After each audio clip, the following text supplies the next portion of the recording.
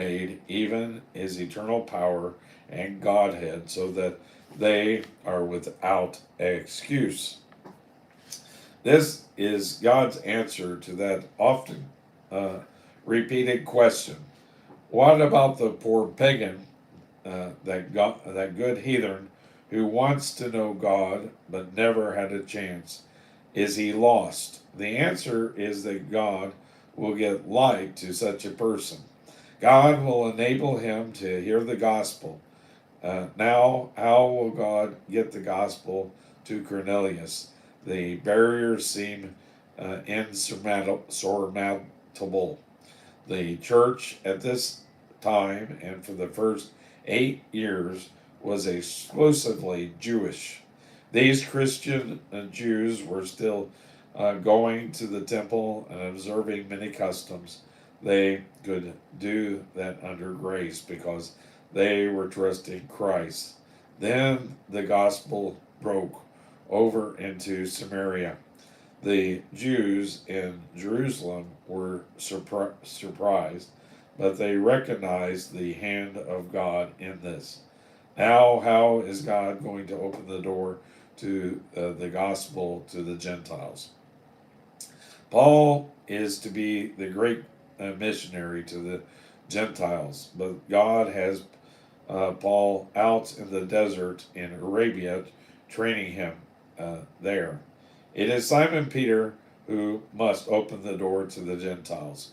God uses perhaps the most prejudiced and religious bigot, the greatest extremist of the day. And we're going to see that later on. Uh, and, that was the sad thing about the Jews. God wanted them to proselyte the world with Judaism, and they chose not to. But obviously, the Holy Spirit directed every move in getting the gospel to the Gentiles. And my friend, all genuine Christian work is directed by the Holy Spirit. No other work amounts to anything. The Holy Spirit had to work in the heart of the Gentile. The Holy Spirit had to work in the heart of the Jew.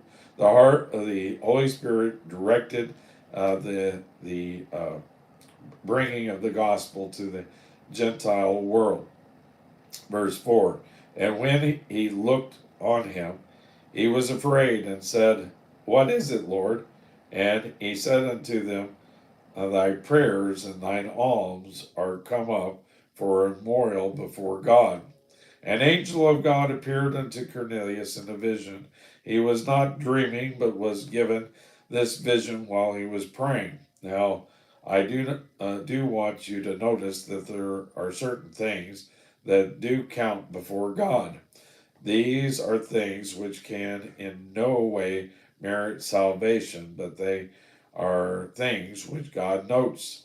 The prayers of Cornelius and his alms had come up for a memorial before God, and God brought the gospel to him.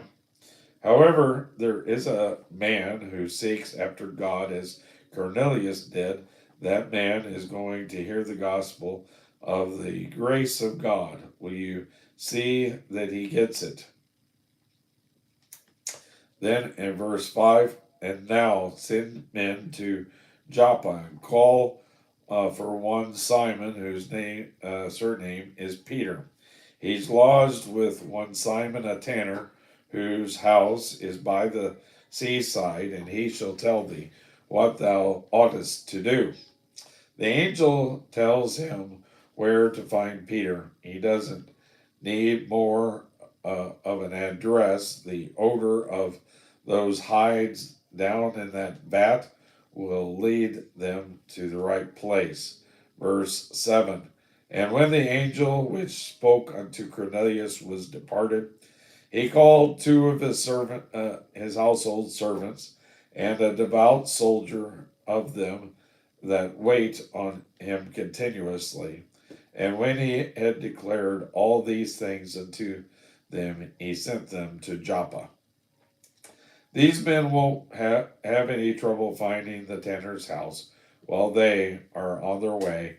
God must prepare Sign